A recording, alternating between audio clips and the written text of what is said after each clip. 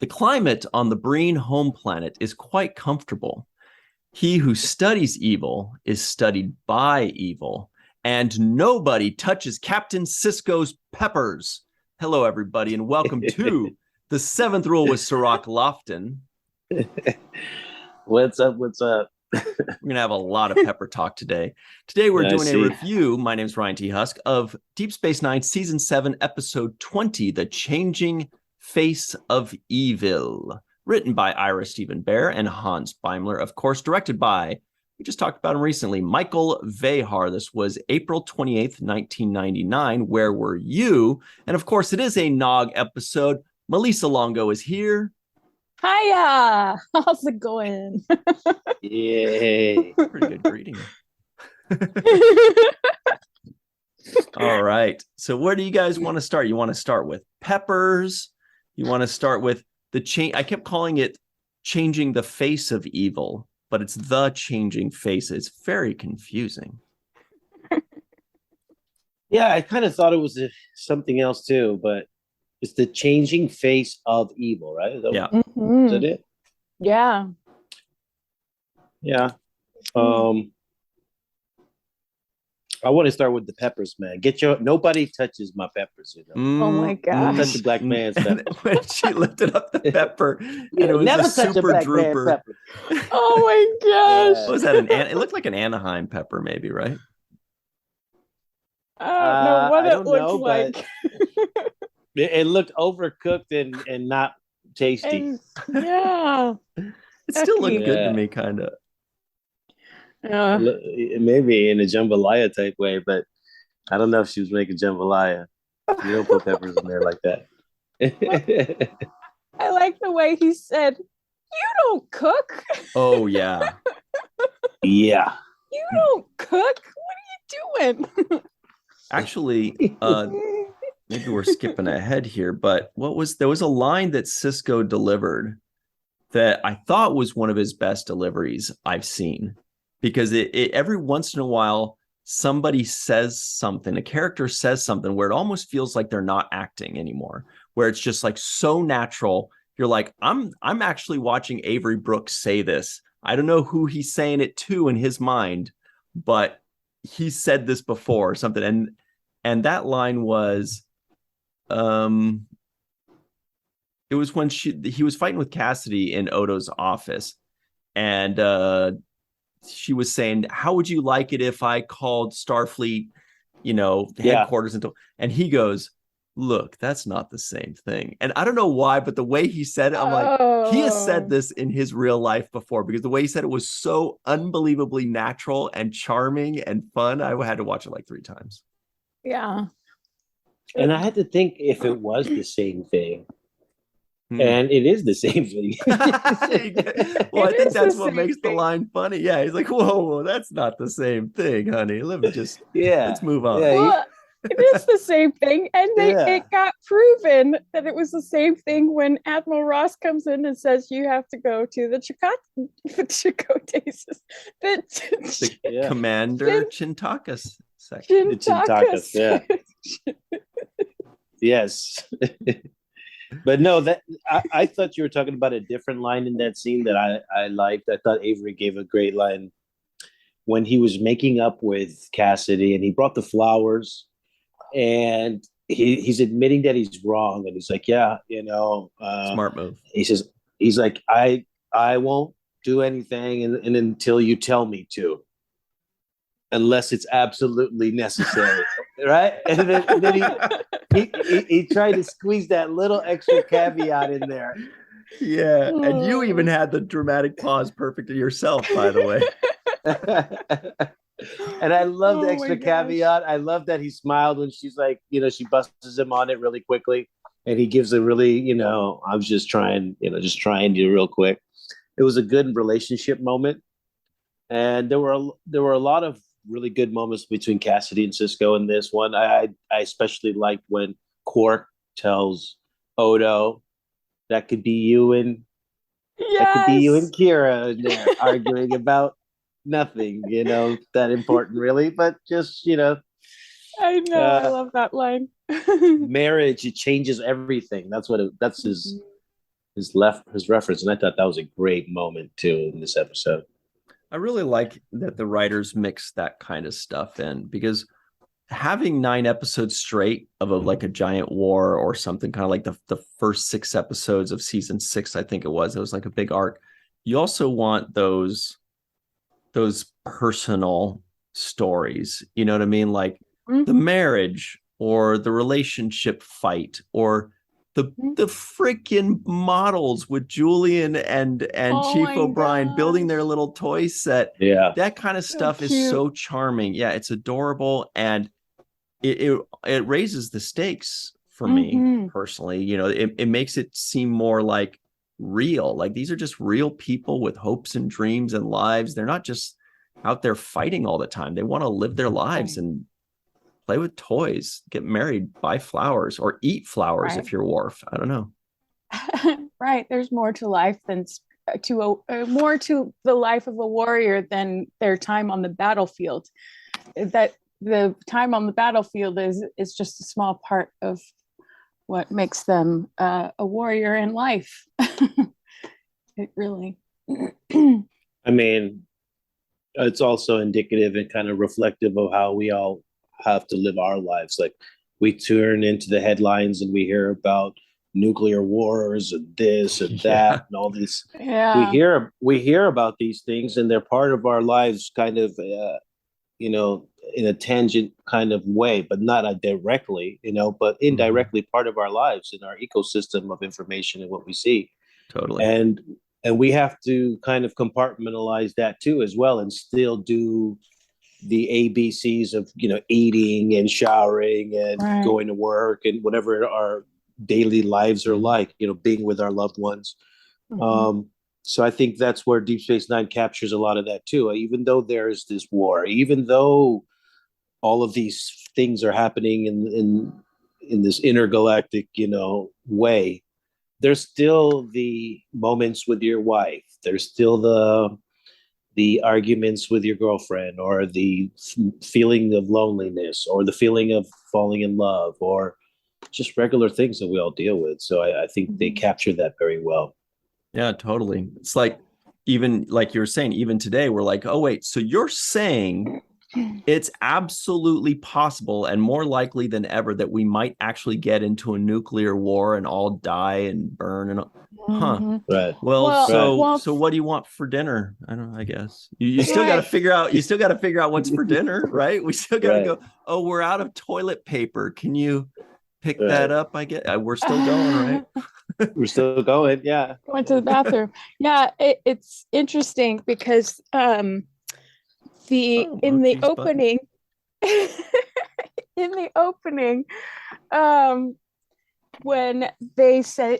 when we find out that the Breen have attacked Earth, and then they show, you know, San Francisco in ruins, and Sisko says, I had a lot of friends in those buildings, which brought back 9/11 to me, but this was before 9/11. So how, the writers must have some kind of crystal ball or some sort of thing, because, you know, these nuclear bombs or these 9/11s where catastrophe happens are probably a way of life forever, unfortunately, but we have to keep going.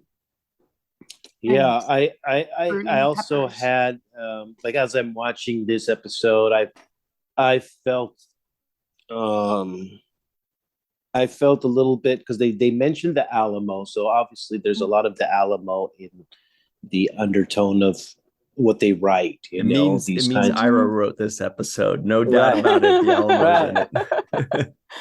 Right, but I also feel that they are borrowing a little bit of the historical facts from World War II. And in the same way, like Pearl Harbor was attacked by the Japanese kind of unexpectedly, I think they used the Breen to be the Pearl Harbor moment for Earth in this war, in this conflict. And I also think that the pivot or the turn of DeMar going from being a part of them to switching sides is also indicative of Russia's involvement in World War II as well, and how, they were kind of in alignment with the German forces at one point, and then decided to switch course on that and flip the switch. So I think those are some of the things that I'm reminded of when I'm watching these episodes. Very astute. Malissa, I don't know if you can top that, but I can't. Well, I wasn't sure All I was thinking about was, I was just reminded, I took this history of Russia class in college back in the day, which was fascinating, history of Russia and the USSR. And I remember that, you were kind of bringing me back to that Cirroc, and how I believe what was the actual downfall of Germany trying to take over Russia there was the giant winter, and just the impossibility of going through that snow and the ice and the cold winter, if I remember correctly. But yeah, that's really interesting. And the Pearl Harbor aspect too. Yeah, totally. This is probably the inspiration for this attack, since it was before 9/11. Yeah. Yes. Yeah. I just thought it was kind of eerie how much it paralleled, and how many times I've heard people say since 9/11, I had friends in those buildings. Yes, I had friends in those buildings. I had friends in those buildings. And, friends, family members, all in those buildings. And I was like, whoa, they took out their crystal ball and wrote the future, so to speak. Yeah. So to speak. Yeah. Morn pulled out his crystal ball in this episode and figured out when they would be back, almost to the hour. Yes. I kind of enjoyed that light moment of levity in the beginning.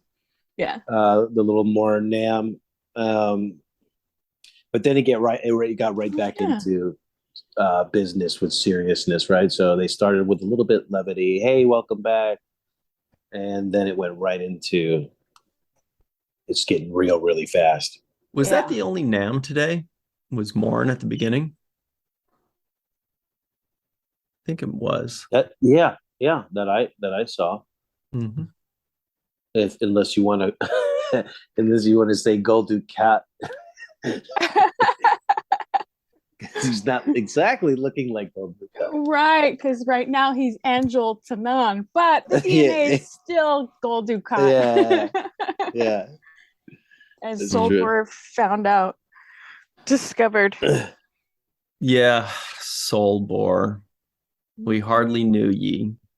Were we? But before we go on to Solbor, were we done talking about peppers? Because I didn't get. I couldn't help but I changed the subject, but I was actually secretly curious what your favorite peppers are. I'm old school. I just like bell peppers. Okay. Yeah. Simple. Lisa made a face when you said that. She's like, this guy has no idea. I'm trying to think of what my favorite peppers are. I don't know. I like spicy stuff, but bell peppers I had to acquire a taste for, so they're not my favorite. I don't dislike them, but I don't really love them either. Ditto. I like the hot, but I've grown a ton of, I guess we could talk about this on another time, but I've grown a ton of peppers in my backyard, and they are shockingly good when you grow, like it's such a difference when you're growing it yourself. Than peppers that I never thought I would even like, you grow them and they're just sweet and juicy and delicious. Anyway, we'll talk about Peter that. Piper picked the pickled peppers. That's right. Really That's like the yellow yellow spicy tart tangy banana ones. peppers. Yeah, I think so. Yeah. Mm-hmm. Yeah. My mom needs the green jalapeno peppers. Yep, I've grown jalapenos, habaneros, serranos. Yeah, you could grab a serrano pepper, those little, and eat the whole thing. Whew, make your eyes water. And poblano. I love poblano too. Mm-hmm. Anyway, Sorry. No, but I did. I mean, it was a good moment. You know, he came in there. She was trying to do some good stuff. You know, I actually was surprised she took it that well, because if I'm trying to cook you a dinner, I don't care if I can't cook. You're supposed to just, you know, kind of be grateful that somebody's trying to cook for you. Yeah, well, you got to at least be grateful for the gesture, for the idea. It's like, hey, I seen you've been stressed out lately, and you know, there's got to be some acknowledgement for that. It can't be like, this is garbage. What the hell is going on up in here? If you do all that, I'm gonna be like, wait a minute, it's your birthday. I was trying to cook for you. I'll be like, I know I suck, but goddamn, you can't just go and turning over the pots and stuff. You got to at least pretend you like it when you take that first bite. Like, oh my good. Yeah, very good. Thank you. Very good.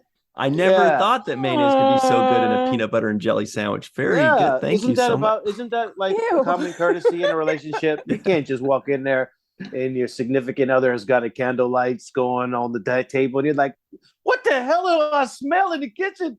Is you cooking? Did you forget to flush?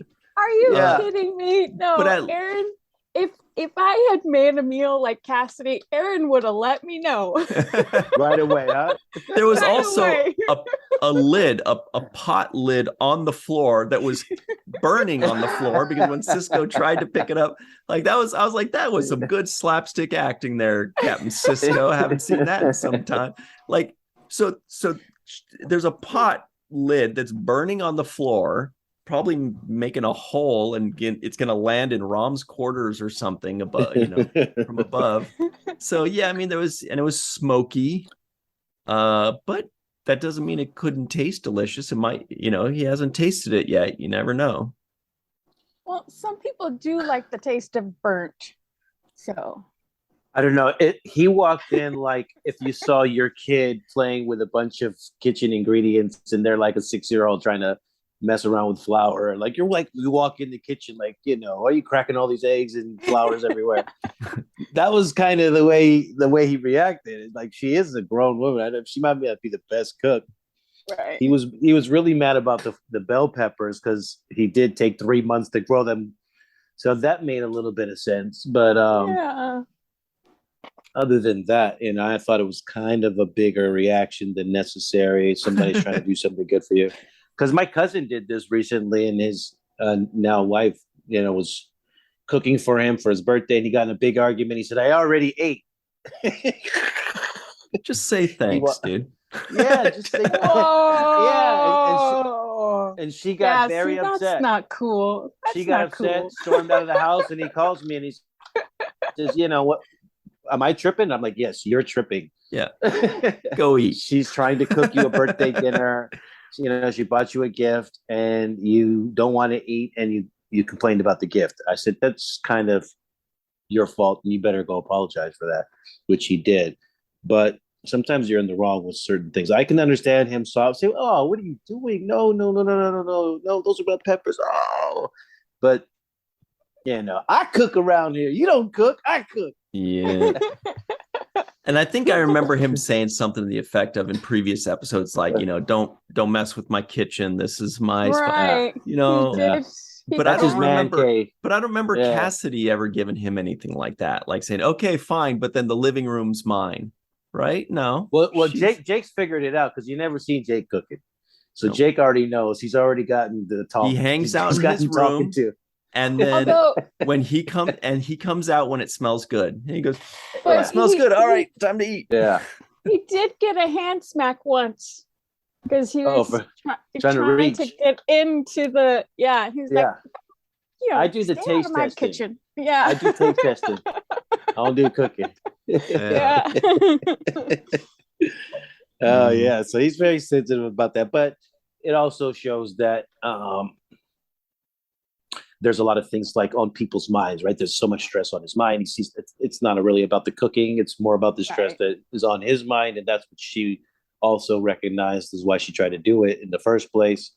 It's just kind of a sign that, you know, there's a lot of stuff going on and everybody's kind of on edge. Sisko's clearly worried about Cassidy. He wants to get her on a 30-day vacation, and he doesn't want her being kind of getting caught up in the middle of some kind of crazy, you know, situation. So everybody's concerned about everybody else.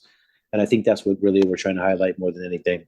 Yeah, and I was thinking too, by the way, for those of you just listening in, the people in my background, I've got Kai Wynn and the star of the show, Gul Dukat and Joel Tanan.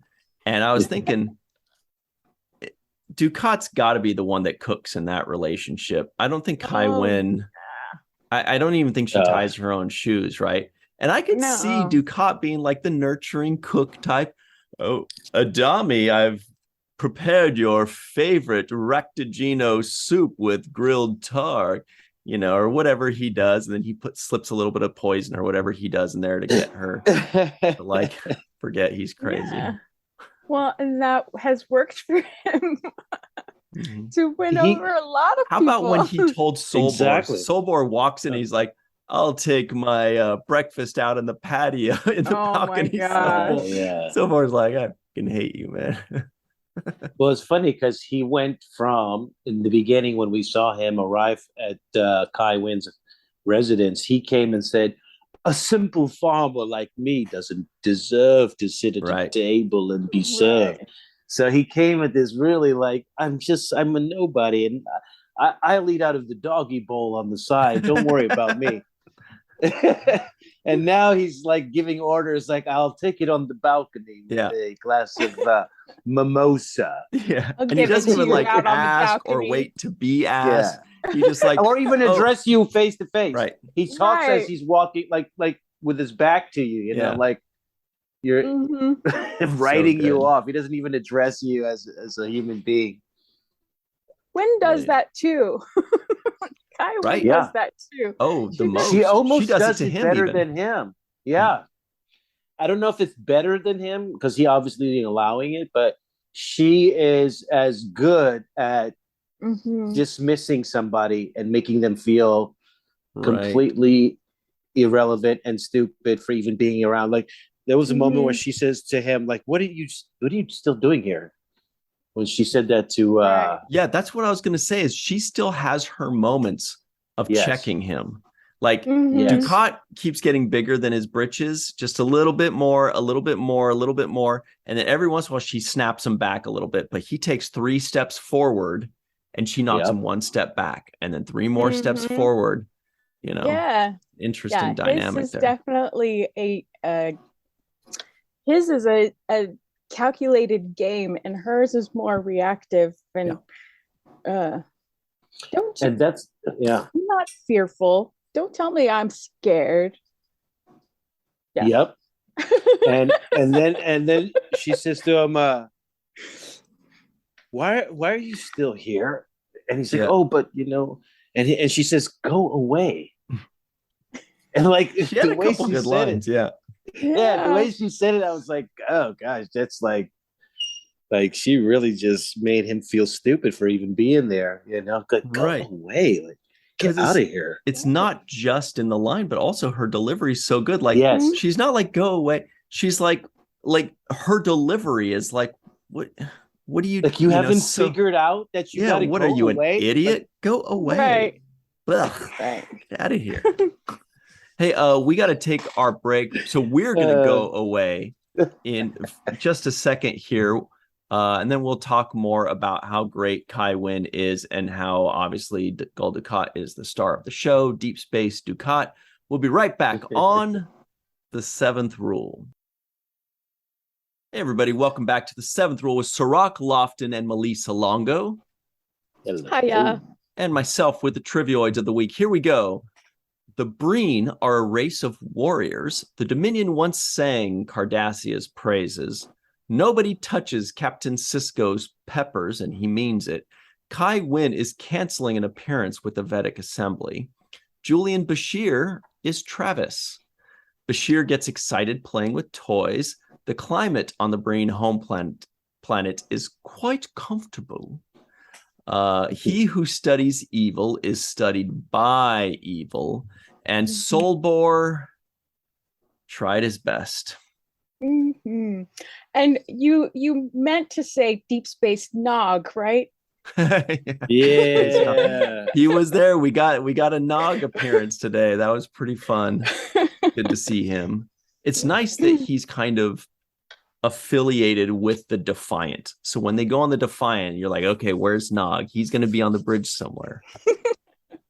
Yeah. I was happy when I saw him. I get excited every time he comes on and I hear his voice. But he was worried in this episode, and I was worried when he was worried, because as soon as I saw that he was worried, I was like, uh-oh. He's saying that something bad's going to happen, because Nog's character that they used to kind of foreshadow a lot of things. So when he came on and he's like, I don't feel good about this, I was like, what's going to happen right now? You know? Well, yeah. And it was fun that Kira was talking him down. Like, you're always worried. Why are you always worried? Yeah, and he is. Usually he is.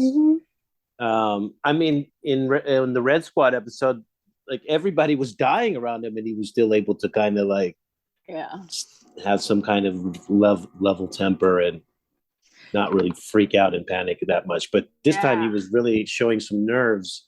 And I wonder if it's because this is the first time we've seen him in battle since the recovery from his injury. Oh, good point. I think you might be right. Yeah. That's very, very good point. I think so. Yeah. Yeah. I don't know. They didn't really say anything about it, but I think it's the first time we saw him on the Defiant since his leg injury. Oh my God. So, and his last time on the Defiant. Like, I had forgotten. Yeah, I had forgotten that we lose the Defiant. Like, I know, I got choked up. Right. Yeah. And I was wondering, sad. Cirroc, did it kind of take you by surprise? Because it's kind of an unceremonious ending. They kind of just go, okay, there's 5 minutes left in the episode. Oh, here's a quick little battle and abandoned ship. And we're expecting, okay, but who's going to come and save them? What's going to be the twist? Nope. Sisko just goes, boy, it was a fine ship. I'm sure going to miss. And then Chief O'Brien's like, come on, let's get your ass out of here. And then we actually see the Defiant explode. And we're like, wait, what? I was like, WTF. Yes. I just kept writing it down. I was like, are you serious? Abandoned ship? Like, well. So then I was thinking, okay, so abandoned ship. Okay. Maybe they're going to abandon the ship, and it'll be salvaged, right? And it'll be salvaged. It'll just float in space. The enemies will see that nobody's on it, and they won't fire at it. You know, they'll just let it float around, and eventually Federation will recapture it, and repair it or something like that.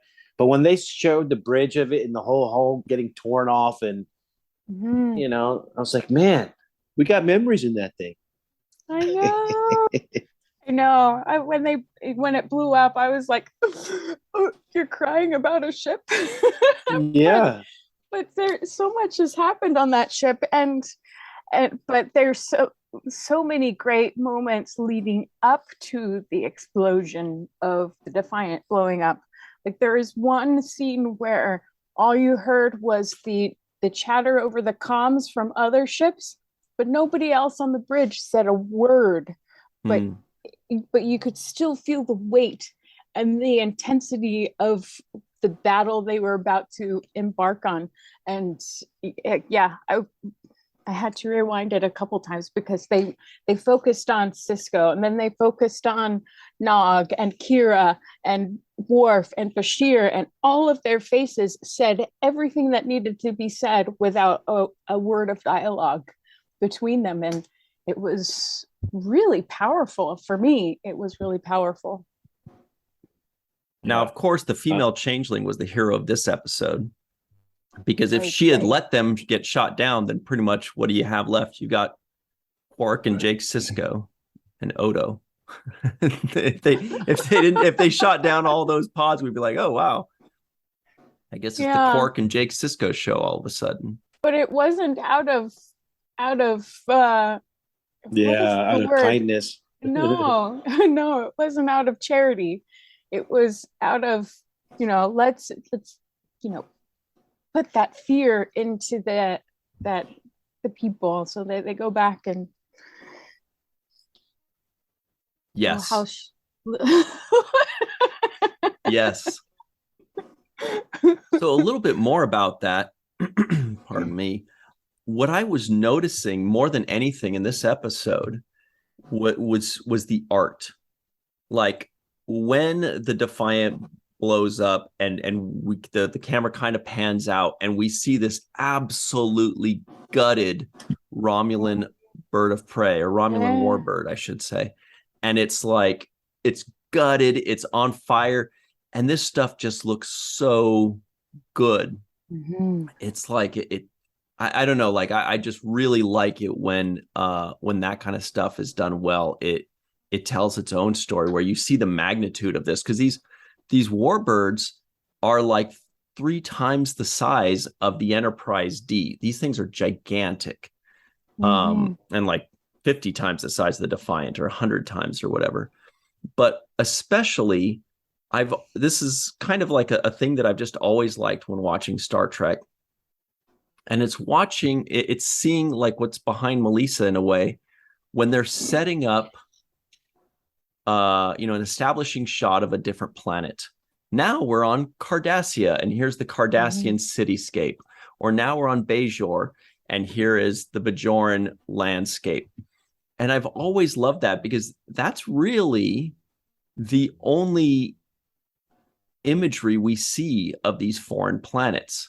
But it tells so much. Like the Cardassian planet has these buildings with like hooks on them, like these crazy hooks. And the Bajoran is more peaceful and lush with lakes, and then the Vulcan is like desert.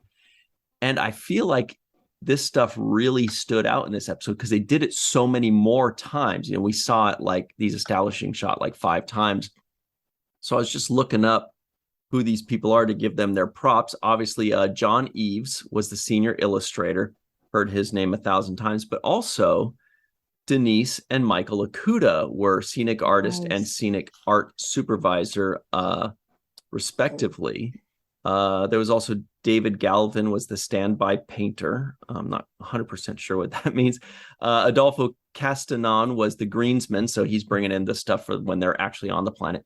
Anyway, I just want to give a shout out to those guys because I love that stuff. I'll pause it and just like stare at every little building and all the little details, and then they make the lakes kind of shimmer and post or whatever. It's great stuff. I love it. Well, I read that the outside of it's right here, the outside of Kai Wynn's living area is kind of reminiscent to the St. Nicholas's Church in Prague. I've been there. Oh, really? Oh yeah, Prague is like probably the most amazing place I've ever seen. I'm trying to remember so being jealous. Up there in that church.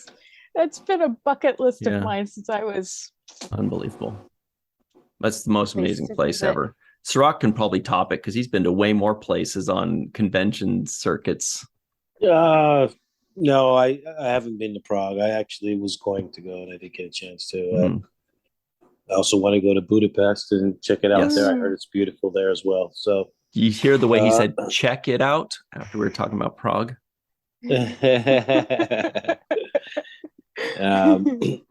yeah, I thought of the things when I saw the scene. I was thinking of what kind of weaponry hit the Defiant. I was like, if we're up against those kind of weapons, it's going to be a long fight. Exactly, because it was able to shut down the entire, essentially all the power systems and all the emergency backup. So it left the Defiant. It was new. Yeah, it was pretty helpless. So that was a concern, a big concern of mine. I like Martok foreshadowing when he said every species has its weakness. And I think he was doing a little foreshadowing there. They hinted on the Breen's temperature. I don't know if that's going to eventually play an issue, but it seemed to me like that would be one of the things to kind of go into if you're going to be looking for weaknesses. Well, one of the also, I was just going to say one for Jem'Hadar. Yeah, one of the certainly one of the weaknesses for the Breen that we know ahead of time is sit-ups, because those guys look like they're out of shape even through that outfit of theirs. So we know how to the hair. Yeah. Oh yeah. I was thinking also when the Breen, when Damar was doing the scene with the Breen where he was telling him, "I wouldn't trust Wei Yun if I were you," and he was trying to plant some seeds of doubt. obviously the brain are communicating with that electronic sound, and you don't know what they're saying. So I wondered if there were lines being delivered to him off camera that he was reacting to, or if he was just literally talking to a person just going near, with no sound at all. Either way, lines from the AD, right? That's usually how they might do it. That's what I would guess. You know what I would love to see? I would love to see a moment where Damar then leaves, and then that Breen commander's there, and he walks over to his lieutenant, and then they have a heart-to-heart. And for like 5 minutes, we have to watch them having a heart-to-heart. And it just doesn't. Like, the other one's like, and then you kind of lift up a hand, because even the closed captioning, I watched with the closed captioning to get all the planets and names. It just says indistinct chatter. And they just have a heart, and then they both sit down, and then and then afterwards they shake hands and they like hug, and we're like, what? What happened? Or maybe he's in his quarters listening to some Breen music, and it's just all of that sound. Radio static. Yeah. Wow. But I was wondering about that scene, just about how you do that scene with somebody who's not communicating back to you. I thought that was pretty good acting on Casey's part. Actually, Casey had really good performances, and Wei Yun both had very good moments. I loved when Wei Yun kind of had that moment with Damar, and he looks at him and he's like, "There's something different about you, It's just like you're half naked or something like that." At first, he takes a dig at him. He says, "You don't have a bottle in your hand." That was like a slight more than it was a compliment. In the way he delivered it. But then he follows it up, because he's so arrogant in his own way, where he's got everything figured out, because Damar obviously feels like he's giving away the fact that he's no longer in alliance with them, which is great writing, obviously, by the guys. That kind of tension where he's like, "Oh, really? I don't look the same," And then, of course, Wei Yun in his own arrogance flips it and says, "Yeah, because we're winning, you never thought we would win," and all of this stuff. But I loved when he says to him, "You regained your confidence," And Damar looks at him and says, "You know me so well." And he does that little smug, like, "You idiot," You're too arrogant for your own good, Right? That's their downfall. But I thought Wei Yun, Jeffrey Combs playing Wei Yun, did one of the best moments of acting I've ever seen on Deep Space Nine. This unbelievable moment at the end. First of all, his whole slithering and slimy stuff that he does with Damar is always like shockingly amazing, like A+. But when the female changeling and Wei Yun, they see Damar turning around on them and doing his announcement, and there's this beautifully directed, tense moment. Like that scene, shout out to Michael Vehar, felt so tense with the music and the acting and everything. And there's not much that needs to be said. It was just like the female changeling just says, "I want you to find Damar and kill him," or whatever it is. But then Wei Yun looks like he's just possessed with rage and panic too, desperation. Like there's fear. Yeah. There is fear that he's never seen him express as Wei Yun before. Right. His anger and intensity is coming out because the base emotion he is feeling is utter fear. He's petrified. And so he's just like, I don't care how many Cardassians you have to kill. He's not even looking the Breen straight in the eye. Like I'm watching him, he's looking off in the distance, and then he only looks at him when he says, "Is that clear?" It was an acting clinic right there. This is what I'm going to also double down on what you said, but I want to add to that. The moment that I registered from that performance is right before that he says, "I could be the last." Yes. Yeah, that's where I got it. And he's realizing his own mortality. Like his own mortality just set in. Before he was like, he basically lives forever, right? He's like, "You can kill me if you want to. I'll be back tomorrow. And I'll be downloaded with the same information. I'll know everything that just happened all before. And there's no gain or loss for me. I don't care." Right. There's no consequences. Right. But when he was faced with the mortality, his own mortality, you could see it like all set in like, wait a minute, if I die, I'm dead. And I thought there was a lot in that moment. And I also, that made me realize also at that same moment that Wei-Yun is kind of like a Trill in the fact that he gets his past lives. Yeah, he gets his past lives, right? So he still has access to the past Wei-Yun 7, 6, and 5 and all the ones before. So he's kind of like a Trill in that he keeps getting a new host that looks exactly like the old host, but he's essentially keeps getting his memories downloaded, and he can potentially live indefinitely, I guess, you know? So his mortality kind of setting in that moment where he realizes I could be the last Wei-Yun, I thought was like you were saying, just like brilliant A+ performance, because he registered all of that in that moment. And you could see the fury and the desperation kind of starting to set in, like, okay, I'm in survival mode now. I gotta like this. We have to do whatever we have to do, you know? And that's what the greats do as an actor. Like, he could have yelled, he could have raised his voice, he could have slammed his fist so that he could say, hey, look, this is me acting angry. This is me showing anger.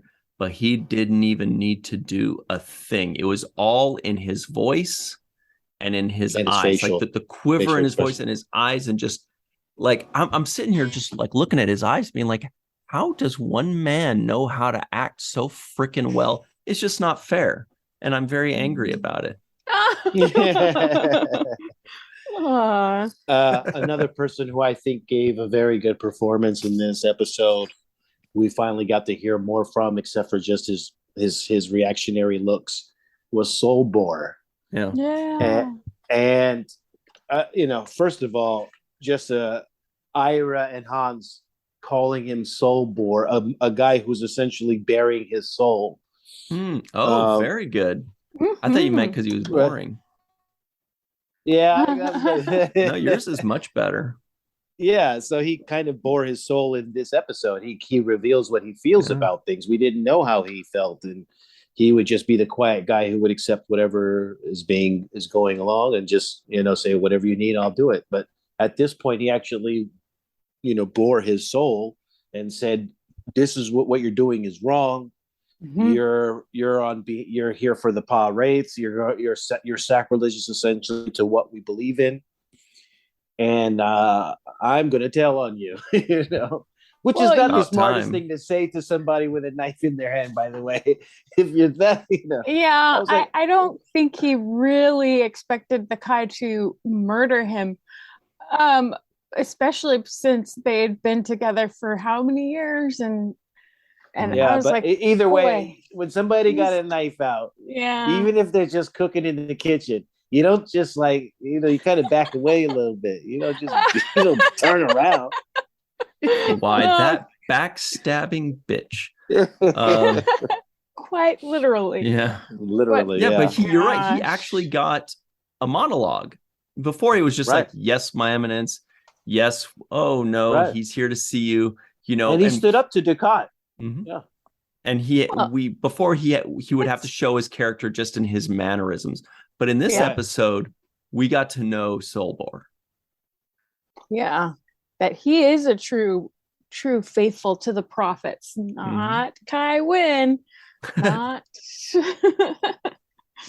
And he actually gives one of the lines that I thought was interesting as well, because I had to look it up. I didn't know where it came from, but he said that he who studies evil is studied by evil. I was looking that up too. It's very good. Like, That's like when they say if you talk about ghosts a lot or spirits or whatever, you're attracting ghosts and spirits. Really? When you do that, theoretically. But anyway, that's or like if you're studying, for example, you know, people that are like playing with a Ouija board or something, if they're studying what's on the other side of that Ouija board, then theoretically what's on the other side of that Ouija board is also studying them, right?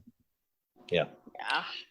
So the phrase is a quote from Friedrich Nietzsche. Nietzsche.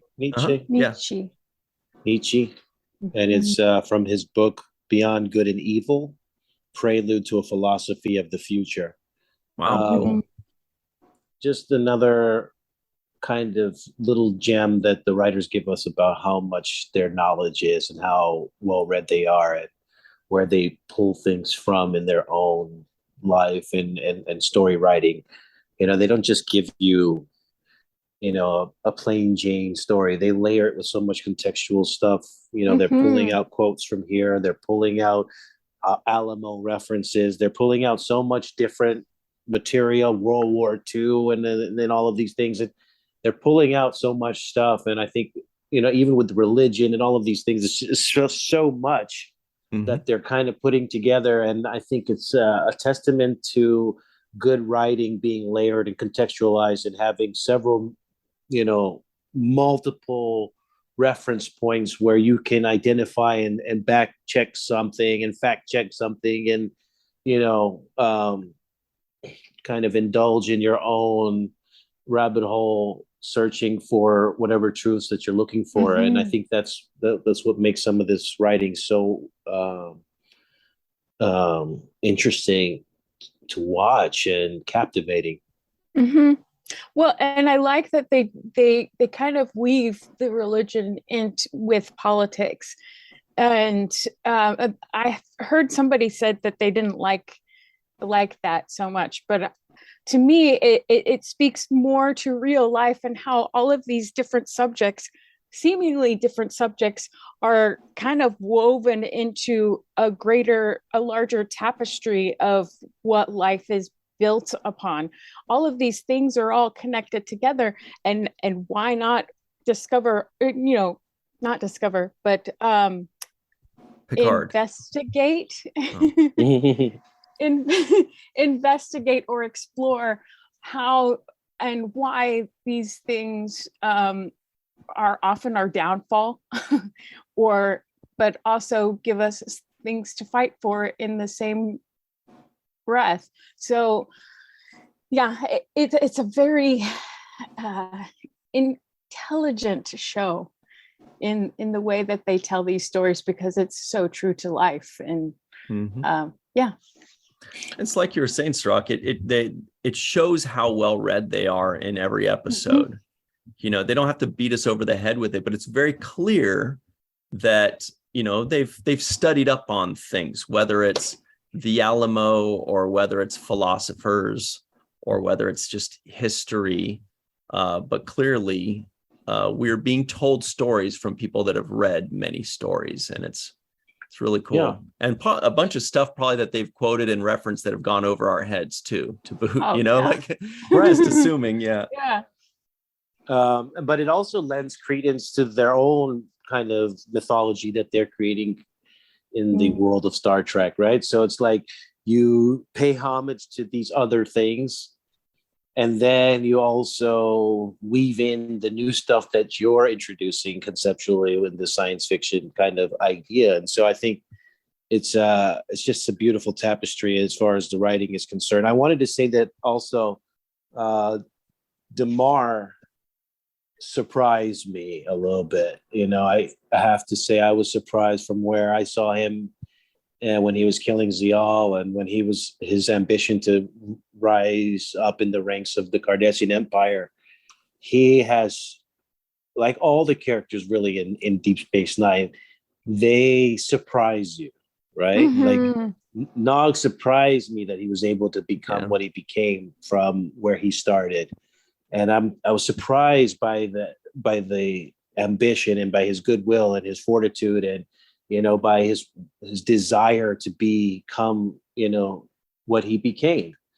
And it was a surprise, that he had to go through all that adversity. It was a surprise to see a lot of the changes in these characters, including Odo, who, found a human side of himself when he was really, very emotionless in the beginning. So there's been this journey of everybody. Quark, another person that has really surprised me throughout watching the show. And, I expect him to be one way, and he overachieves and exceeds my expectations by doing something selfless or doing the right thing in the moments that count. Mhm. And in this case, DeMar has to get his credit as well, because for whatever reason, whether it's just his hate for Weyoun or his, desire to liberate his people, I'm not sure exactly what the reason.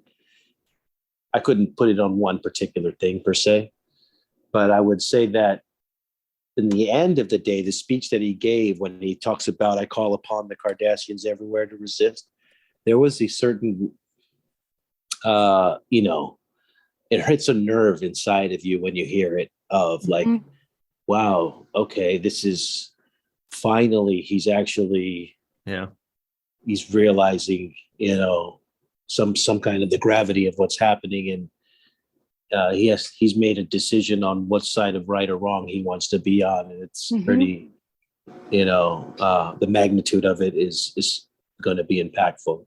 Right. So we've got to run over to our free-for-all up next, but I bet there's a lot more to talk about, so everybody stick around for that. Before we go to that, we do want to give a very special thanks to Leggett DeMar first and foremost, but then also right barely below that, Homer Frizzell, Dr. Anne-Marie Segal, Eve England out in Wales, Yvette Blackmon-Tom, Carmen, aka Skillet, Timothy Baum, TJ Jackson-Bey out in Missouri, of course, Bill Victor Arucan. I like that because it always gives me a second to catch my breath. Titus Mohler, Darlena Marie, John Mann, Dr. Mohamed Noor, Tierney C. Dieckmann, Anna Post, Rex A. Wood, Anil O. Polat, Erika Stroem, Joe Balsarotti, Mike Gu, DQ, Neal Akasaka, Justine Norton-Kertson, Dr. Stephanie Baker, Carrie Schwent, Faith Howell, Edward Foltz, Radek Orszewski out in Southwest Poland, everybody knows, Henry Unger, live from Tokyo, and of course, Dr. Susan V. Gruner. Stick around. We've got the free-for-all. We've got so much more. We'll be right back on The Seventh Rule. Well, hi there, everybody. Welcome back to The Seventh Rule with Cirroc Lofton. Hello. We've got Malissa Longo still here, of course. Hello, how's it going? And also joining us, we've got live from Tokyo, I bet. Carrie Schwent is here celebrating all things peppers. Looks like Serranos, actually. Anil O. Polat is here with Deep Space Nine, of course. Eve England is out in Wales. It's very late for her. Goldu Scott Jensen is here hanging out on the East Coast. Tierney C. Dieckmann is also on the East Coast. They were talking East Coast talk, but we got lost. Neal Akasaka is hanging out. Welcome back. We've got Faith Howell also representing Deep Space Nine. Dr. Mohamed Noor is here representing the color blue. I think it's like navy blue or something. Duke blue. And Dr. Susan V. Gruner is here.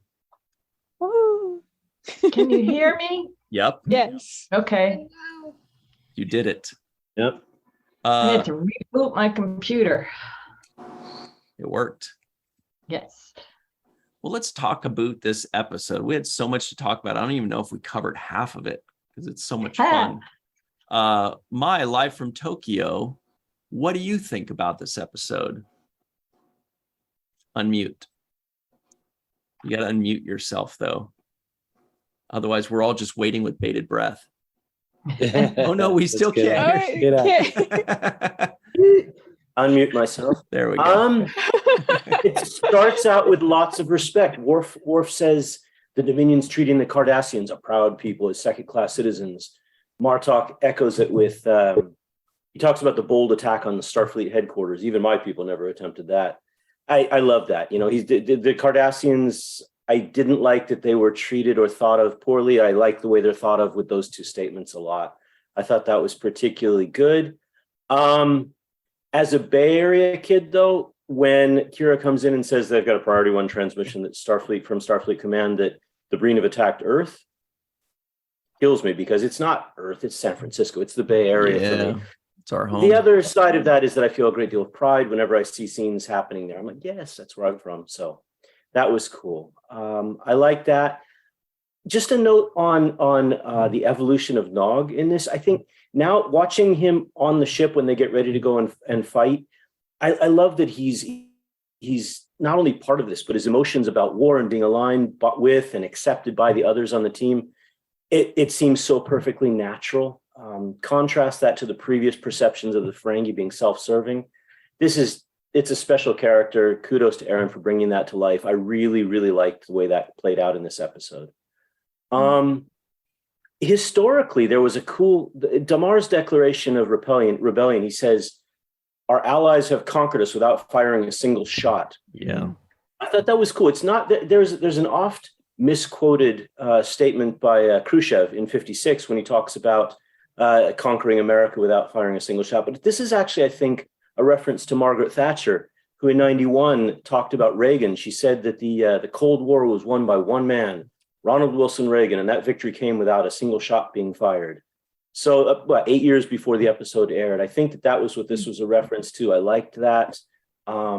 So just a very cool episode with some great historical kind of, it's a war episode. And it's, you can look at it from being negative and the ship being blown up and blah, blah, blah. But this was just a really cool episode from a historical sort of structured war episode perspective, I thought. So anyway, that's all I've got for you today.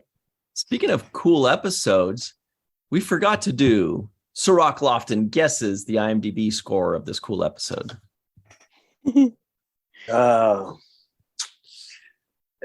going to revise. My normal score would be 8 or higher, but since the last one didn't do so, I'm going to say this is be like a 7.8 is where my number is going to go at.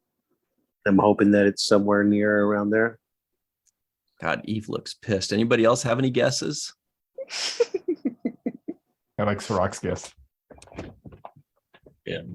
I think Cirroc's probably right, but I want to go a little higher. I want to say around 8.1, just because it is so good. And people love when stuff gets blown up. So Even if it's the Defiant? There was a lot of it. There was a lot. It wasn't just the Defiant. I mean, look at Melissa's background. Mm-hmm. Right. Neal Akasaka, you look like you've got a guess. Man. I want to say I'm going to go with 8.3. Maybe I might be going a bit high, but I feel like this one would have been well received. So yeah, I'm just going to go with that. Neal, you go as high as you want because it is an 8.3. Mm-hmm. Oh, is it? You follow your heart. Oh, yeah. Really? Wow. Okay, that usually doesn't happen, but okay, wonderful. You get the Tierney Award of the day.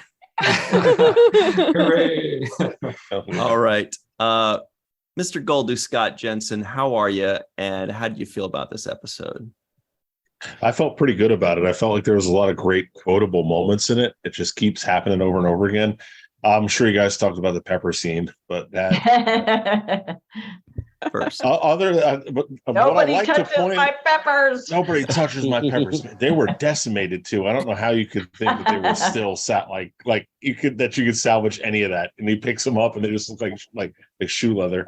But I love how they once again showed between Ben and Cassidy in that scene the balance that they have in their relationship, because it starts out with him and they're just livid about these peppers. And then by the end of it, with the line is he's talking about going out on the run and he's, "Oh, you can't do it." And she's like, "I'm not asking you if I could do it."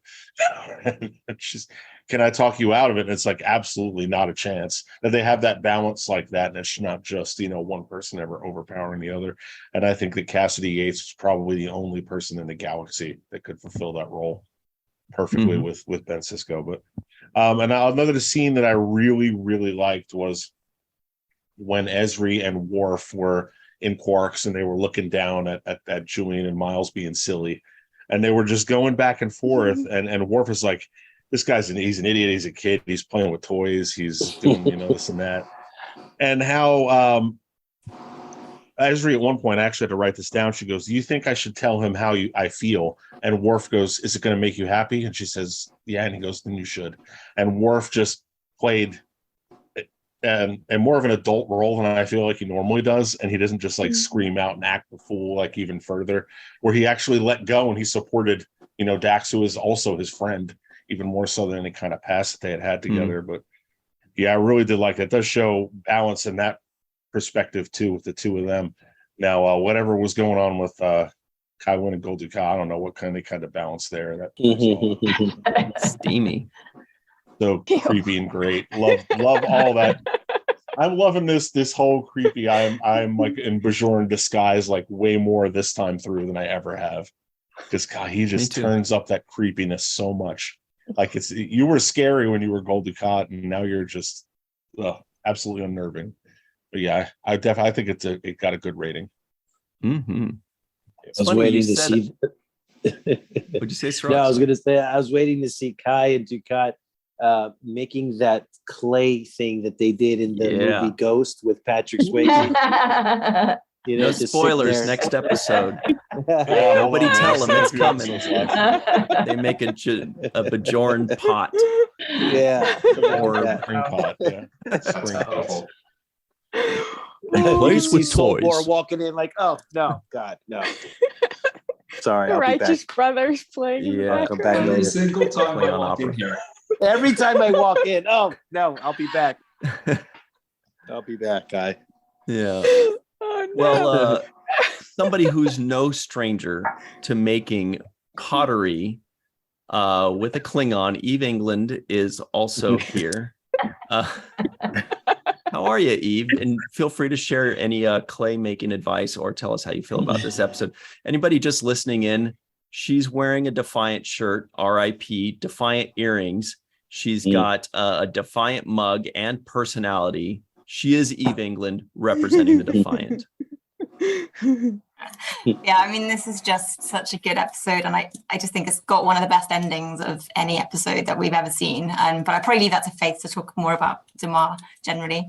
I put something on Instagram earlier that just absolutely cracked me up with this episode, and I'm going to have a talk about some of this part of the episode in terms of O'Brien and Julian's model making of the Alamo. Because I was watching this episode earlier today with James, and he was painting and constructing some of his Warhammer models, and he was completely totally taken aback by the comments and the mocking of whether they're toys or not, and acting like a child. So that was just absolutely hilarious. And it was just perfect timing. But I just thought when I was looking at just thinking about when they were in that scene and they had that big model there and they're just talking about, and Julia's like, I just want to win. And I thought this is a really good way of maybe showing how Bashir and O'Brien kind of see themselves in this Dominion war, that they just see that it's almost an impossible fight. You know, are they actually, is it a no-win situation for them and they just want to win? And I just thought it was just a really interesting way of portraying some of their emotions, but without them talking about the war itself, but, you know, just talking a bit through their holosuite game. So I thought that was a really good way of presenting that in a sort of more subtle way. But yeah, just so many great things. I just love this episode and absolutely couldn't believe how horrible Kai Wynn still is. I know I talked about it last week about how she's the worst villain ever, but even when she knew it was Dukat, her, you know, all-time enemy, because he could sort of dispose of the body and she would, you know, have a bit of a cover for what had happened, she was happy to just crack on. And I was just like, she is just despicable. And I just loved that. So that's brilliant. Because Dukat is so charming. Clearly.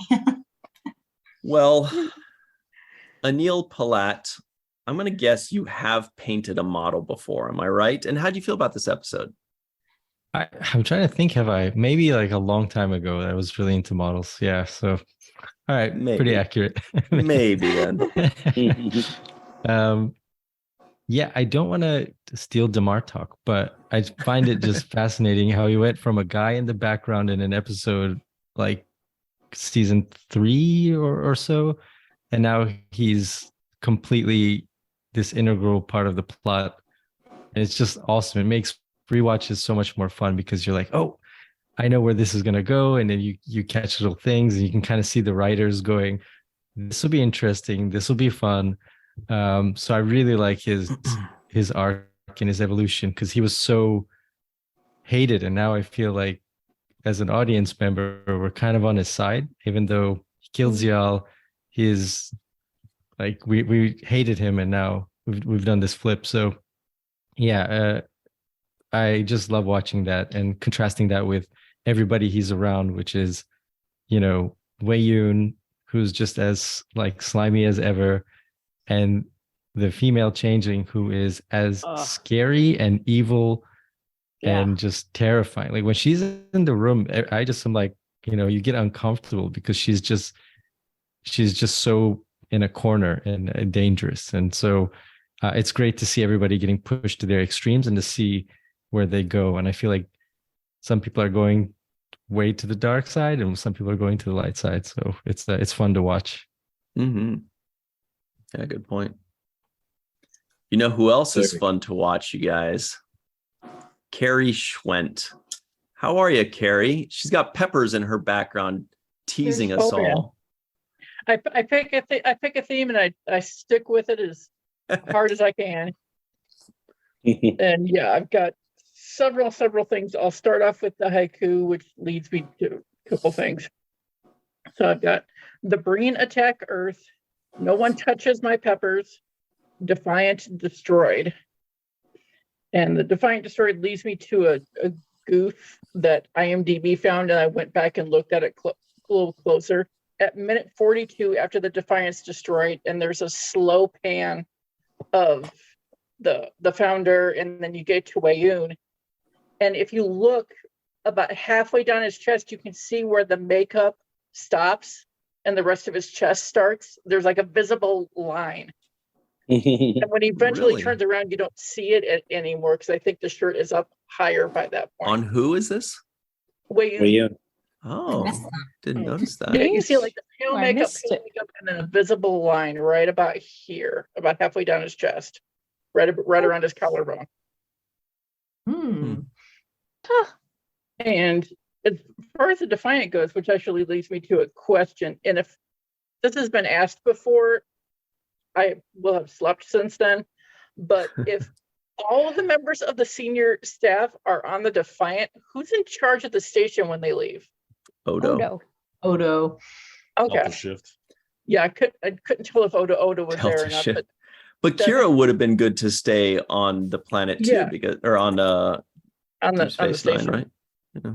I was told Jake, so I'm just gonna go off of what I heard. Yeah, Jake definitely changed the whole thing. Yeah. Probably right. And that's what I heard. Actually, is a good segue to the thing I put in the chat. The boys and their toys, and everybody having all kinds of fun with the model. Oh, you lost Travis! How dare you? You lost Travis! And Worf going, well, if they want to win the battle, they need to do this. And then Ezri saying, okay, do you want to go down and play? Because you have confidence, go down and play. Right. And then they're talking about him losing Travis on the Defiant, and Kira's like, well, that's what you get when you let someone else play with your toys. They're gonna get lost. We'll just make Brian was so offended, but that's not the point. Just way too much fun with that. Oh, where did I? Yeah, I got that. Yeah, the Sisko versus Cassidy thing.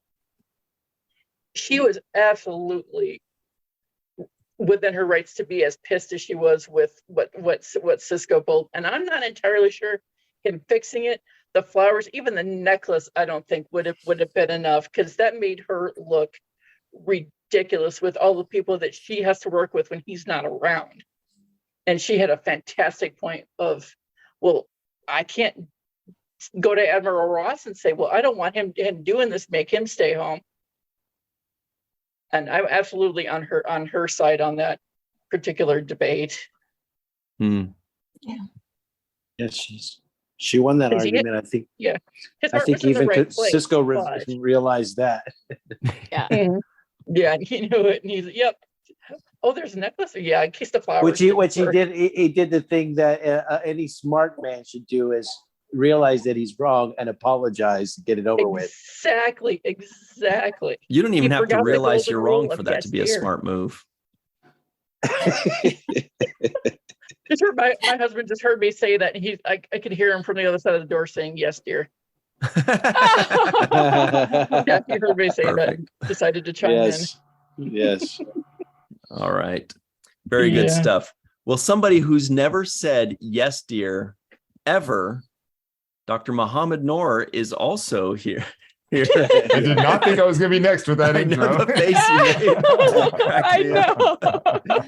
How are you? What do you think of this? I'm great, thanks. I had three thoughts. One, which is interesting, just for not just this episode, but the last several episodes. We've often in the past talked about an A plot and a B plot, but now that's kind of like, now there's A, B, C, D. There's like a whole bunch of things going on all over the place, which is actually, it's a nice change. I like it, but you can do that because of this arc-based format, because you have more time and not just the 42 minutes or whatever to work with. So I really felt that with this episode more than a lot of the others. That's a good point. Mohamed, real quick, do you think that since they have like 7 or 8 different plot points, like episode to episode, the one, like the C plot then becomes the A plot, and then last week's A plot is now a D plot? Do you think it kind of rotates around? I think a little bit. I mean, obviously the Dominion War is high, but flip side is like, we're looking at Dominion War, but there's pieces to it. There's what's going on Deep Space Nine. There's what's going on in Cardassia. So they kind of blur into each other a little bit. So I like that aspect to it. I had two other thoughts. One of them, in terms of the theme for this episode, I thought was more increasing boldness and actualization. I mean, we saw this, like, for example, with Dukat just killing Sobor, hitting Sobor just so openly and not seeming to worry about any consequence coming from that later. And similarly with Damar, when he was talking to the Breen, like, I wouldn't trust those Breen, but it was just like, I wouldn't trust Wayun, and you might be next. Again, it seems like the fear of getting caught and getting in trouble is kind of moving into the background more. So I thought that was an interesting development overall, just across multiple of the plots. And the last thing was you remember at the very end when there was that announcement from Damar, there were a bunch of Cardassians standing in the background, and they were just working away. They didn't seem to be particularly reacting. Nobody was particularly reacting to them. And the thing that struck me is, like, you could tell this was filmed pre 9/11, because I can tell you from experience, post 9/11, like, I couldn't get anywhere near an airport without people all over me. So it was interesting. There wasn't any broader stereotyping, even while the leader of this group, the Cardassian, is like, rise and resist, and they're just working away, and everybody's just letting them work. So that was interesting. Just chilling. Good stuff. Cirroc, I know you thought of Draymond Green when Gul Dukat punched Solbar, right? Just me? No, I thought of Neal Akasaka because he got Akasaka in the face. Oh, wow. Well, I think you got to respond to that, Neal. What do you think of this episode?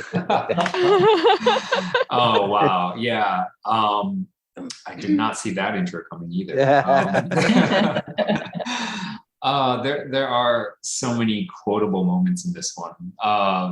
I have to throw out, I could be the last Wayun. Like, yes, like that just made me chuckle. It makes me laugh every time. That sounds like a title for something too. The Last Wayun. The last, yeah.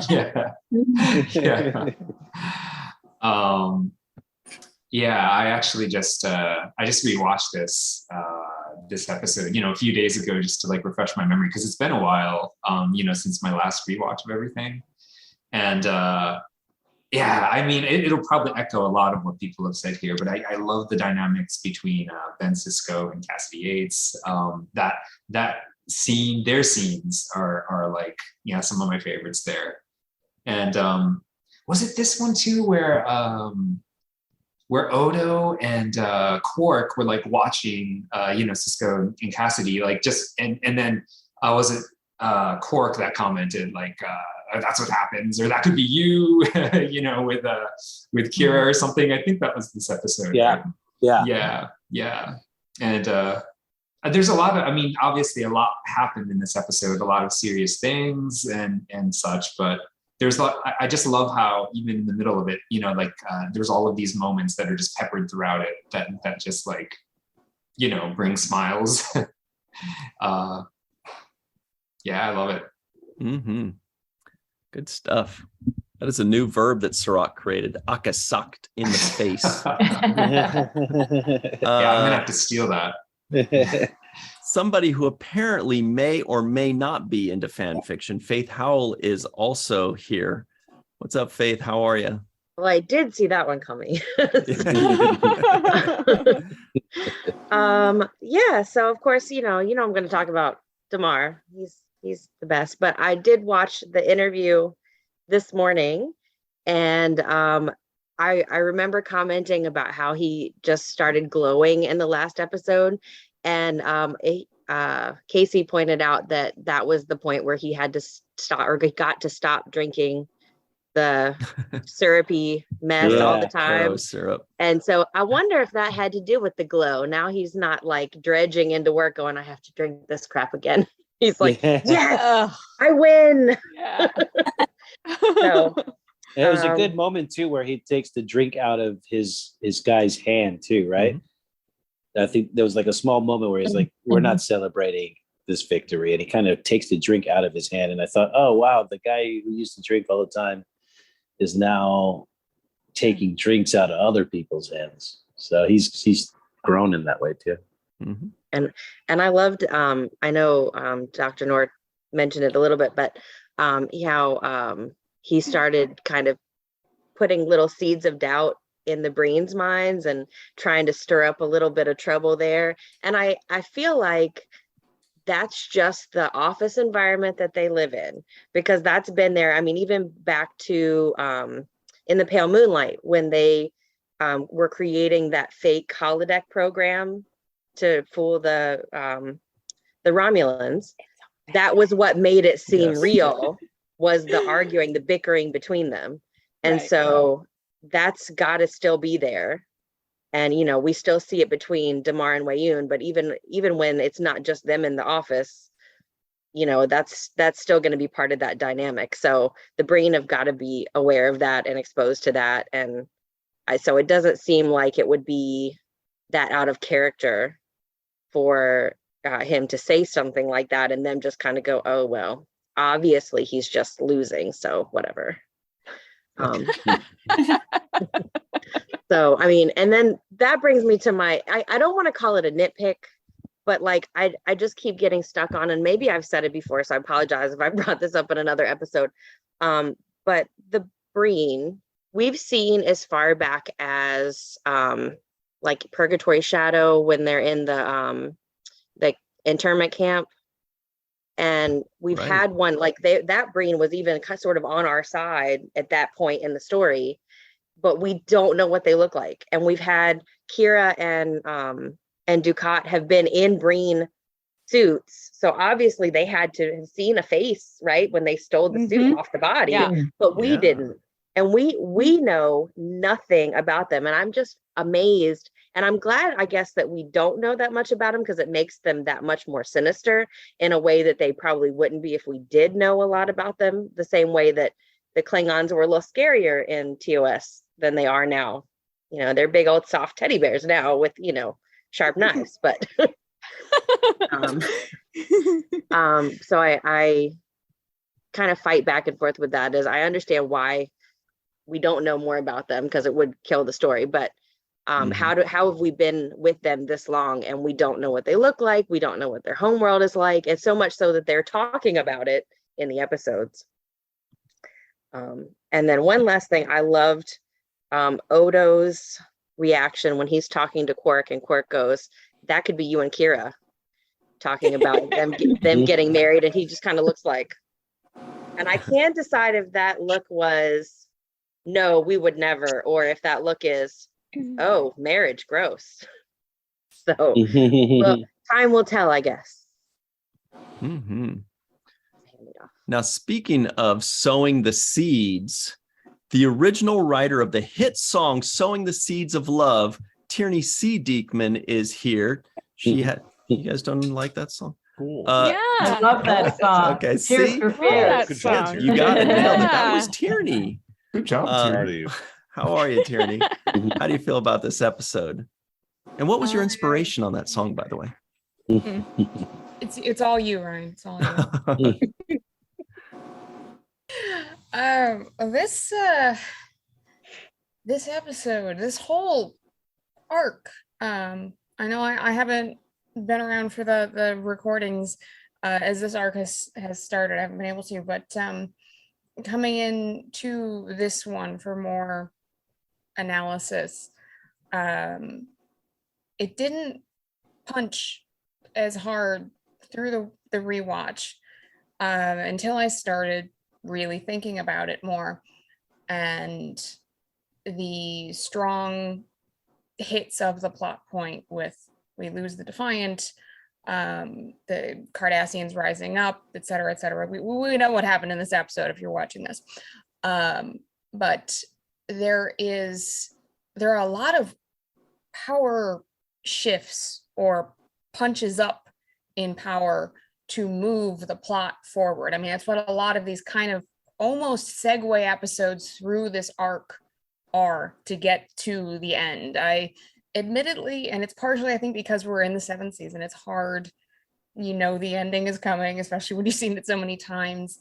Sometimes to enjoy it, it's like you know what's coming, you kind of already got that down slope of excitement, and it feels a little rushed sometimes, but this is better as a segue when you think about it and take all those little beats, those little shifts that maybe to others are a little bit more powerful because they haven't watched through DS9 20, 30 times at this point, you know, restart the series after they finished it, you know, as background noise again and again and again. So these things are desensitized, but really looking at it, especially with, yes, how friggin' despicable Wynn really is. Again, after like what Yvette said, I think it was Eve, I'm sorry, who've already forgotten who it was,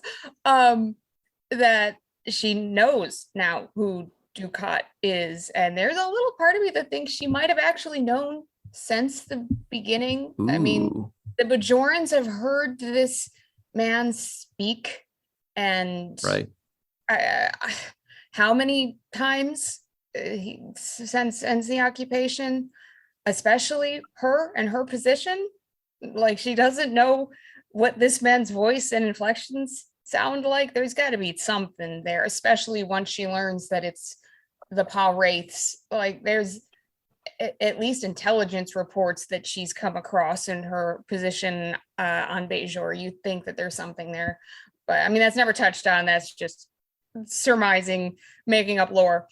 But between her really showing her colors, and then there's a moment if you watch with Dukat, and really Mark Alamo, yeah, without the makeup, he's ultra creepy, and he comes in he's smacked Solbor, and he's bringing the text back in.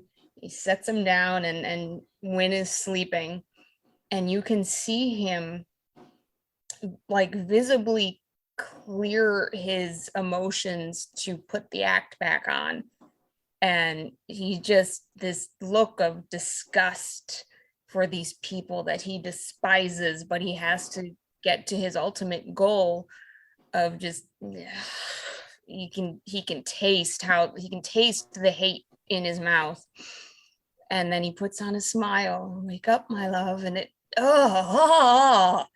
like ugh.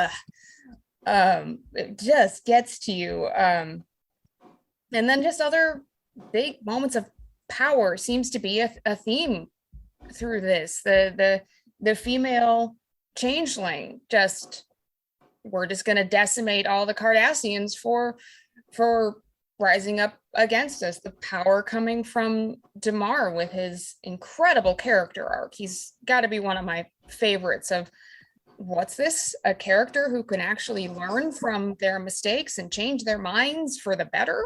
And his life going on isn't going to be easy, but he does what he knows is right. He takes those chances knowing what it's going to do, what it could cost him and his people, but it has to be done. and even Ben and Cassidy, and their dynamic there is more just two powerful, independent people that know what they have to do. And then, of course, the Breen weapon, which, though it sends shockwaves of lightning throughout the Defiant, I kind of like that it didn't go for the trope that all the consoles are filled with dynamite and fireworks and everyone goes flying. Like, why is there not just an automatic thing in Starfleet of, if things start sparking, hands up, don't touch. Like, they're always going to blow up and go through you. Somebody always gets blown up and tossed out of the way. And then, of course, the great moments with Ezri and Worf, and he is such a good friend. Like Scott was saying, is it going to make you happy? Then tell him, even though he plays with toys. Which, like Eve was saying about her James, my James and I were talking about that earlier today, and he's just like, oh God, is that us? Because yeah, we don't have toys everywhere. Now it's just both of us that play with toys. That's what happens when you become an adult. You play with toys. I'm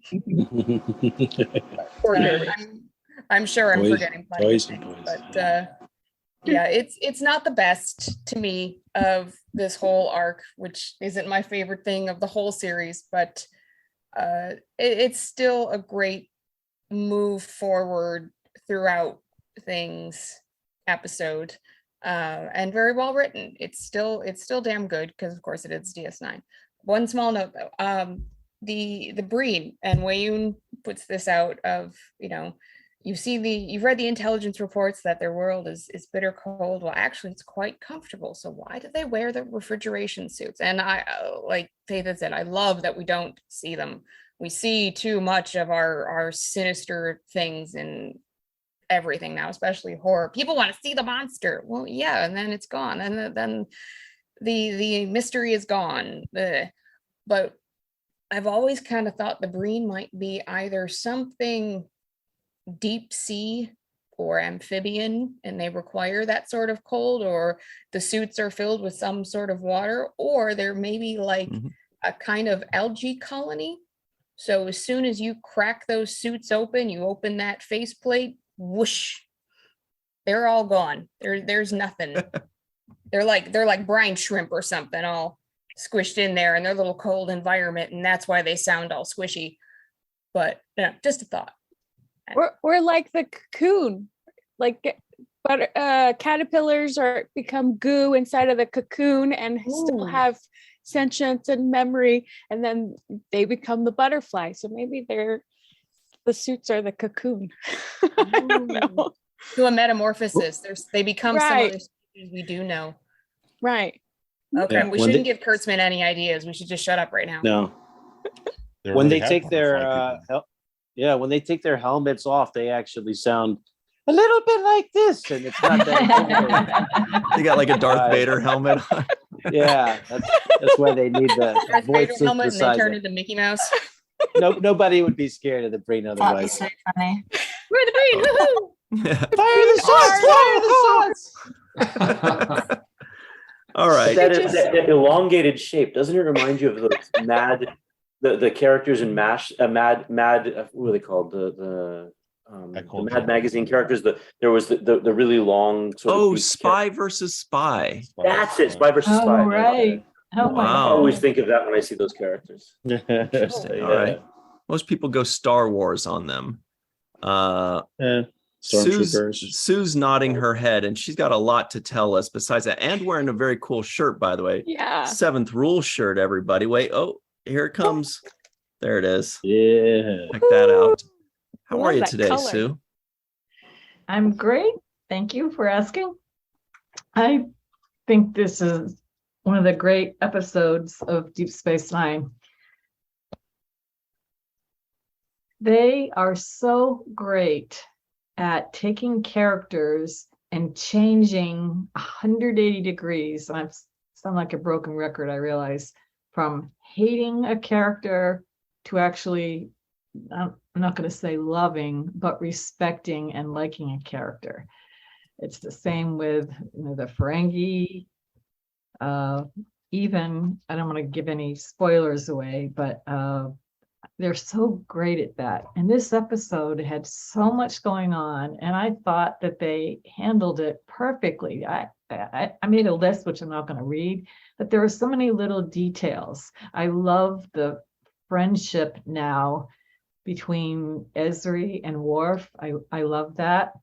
I love that they show, I mean, there's war going on and people dying and things getting blowing up, but there's also personal relationships. The one with them playing with, the Alamo. And I think toys are important for everybody, no matter what age. I like, of course, we've commented, I think everybody, on the relationship between Sisko and Cassidy.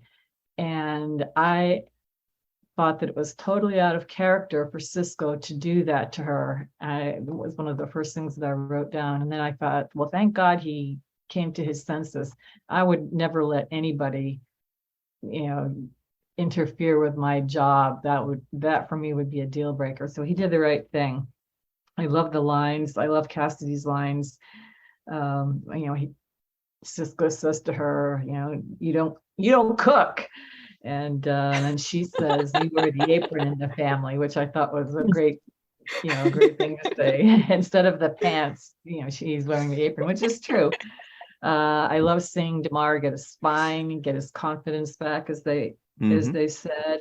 And one thing I noticed that I thought was cool at the beginning, when Ezri and Worf get off the ship or whatever it is, she doesn't get a hug from Bashir. She gets one from O'Brien, but not Bashir. I thought, that's interesting.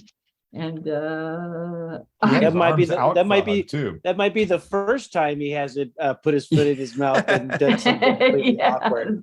Yeah. Bashir's the kind of guy that goes in for a hug like hips first. Some of the dudes that are like, they kind of come at you at an angle with their. OMG. He's like left-handed. He stands there with his arms open.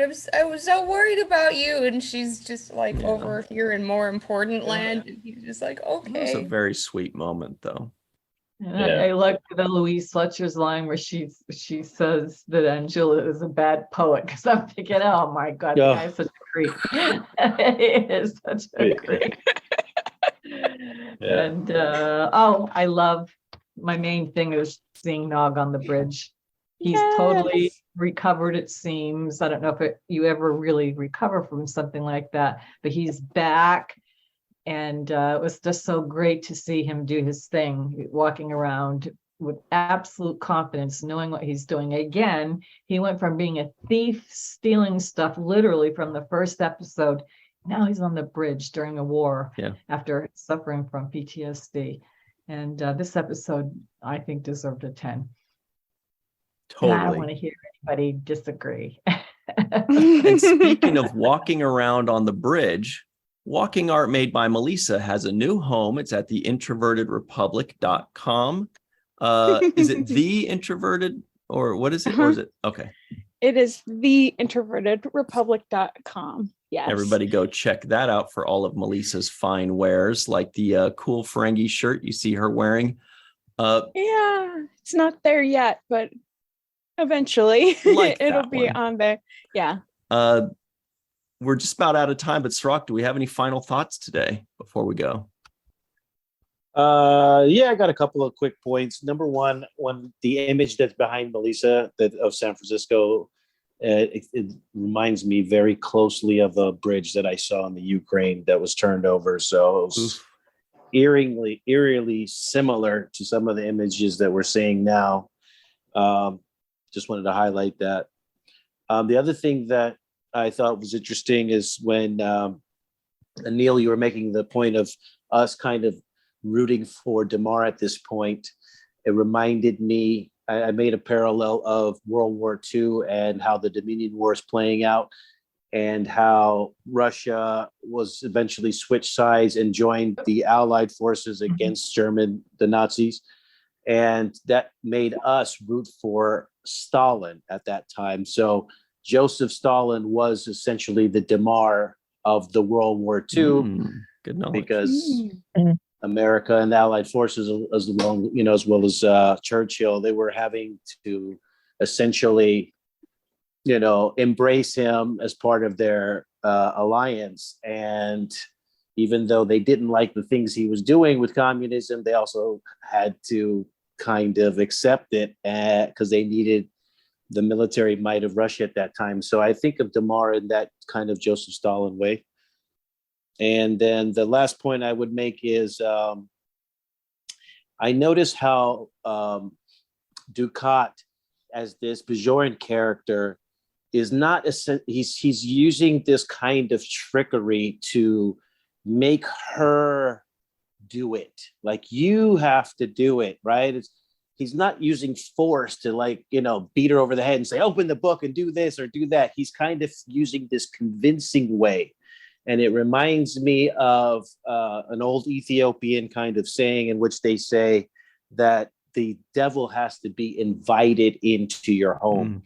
That you have to be, you have to willingly be a participant into it. It's not like you can just, be forced to do some evil thing. You have to be charmed and tricked into it.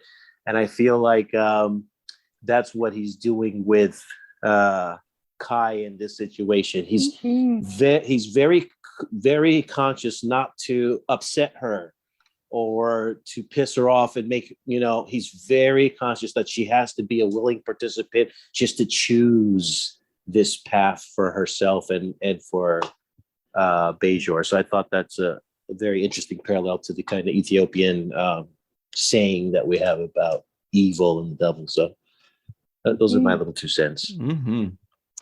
Well, everybody, speaking of Stalin, we've waited long enough and we've got to close the book on this episode. We loved this episode. It was a lot of fun. I feel like there's still so much to talk about, but we could talk about it more in the Discord group a little later.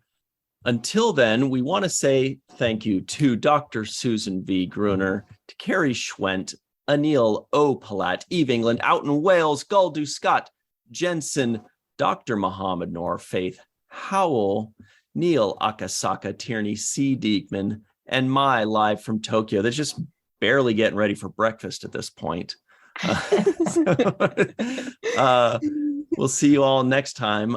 For myself, Cirroc, Lofton, Melissa Longo, and Aaron Eisenberg. See you soon. Until then, always remember the 7th rule.